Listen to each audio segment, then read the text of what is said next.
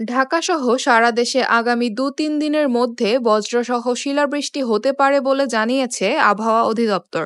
শুক্রবার সকাল ৯টা থেকে পরবর্তী ৭২ ঘন্টার আবহাওয়ার পূর্বাভাসে এমন তথ্য জানানো হয়েছে।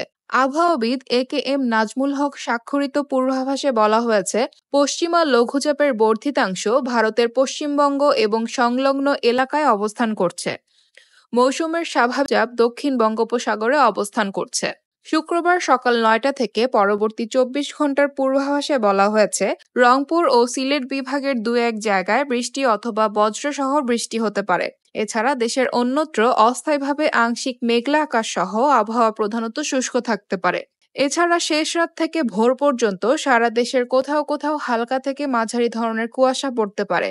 সারা দেশে রাত এবং দিনের তাপমাত্রা প্রায় অপরিবর্তিত থাকতে পারে। শনিবার সকাল ৯টা থেকে পরবর্তী ২৪ ঘন্টার পূর্বাভাসে বলা হয়েছে, রাজশাহী ও খুলনা বিভাগের ২-১ জায়গায় বৃষ্টি অথবা বজ্রসহ বৃষ্টি হতে পারে। এছাড়া দেশের অন্যত্র অস্থায়ীভাবে আংশিক মেঘলা আকাশ সহ আবহাওয়া প্রধানত শুষ্ক থাকতে পারে।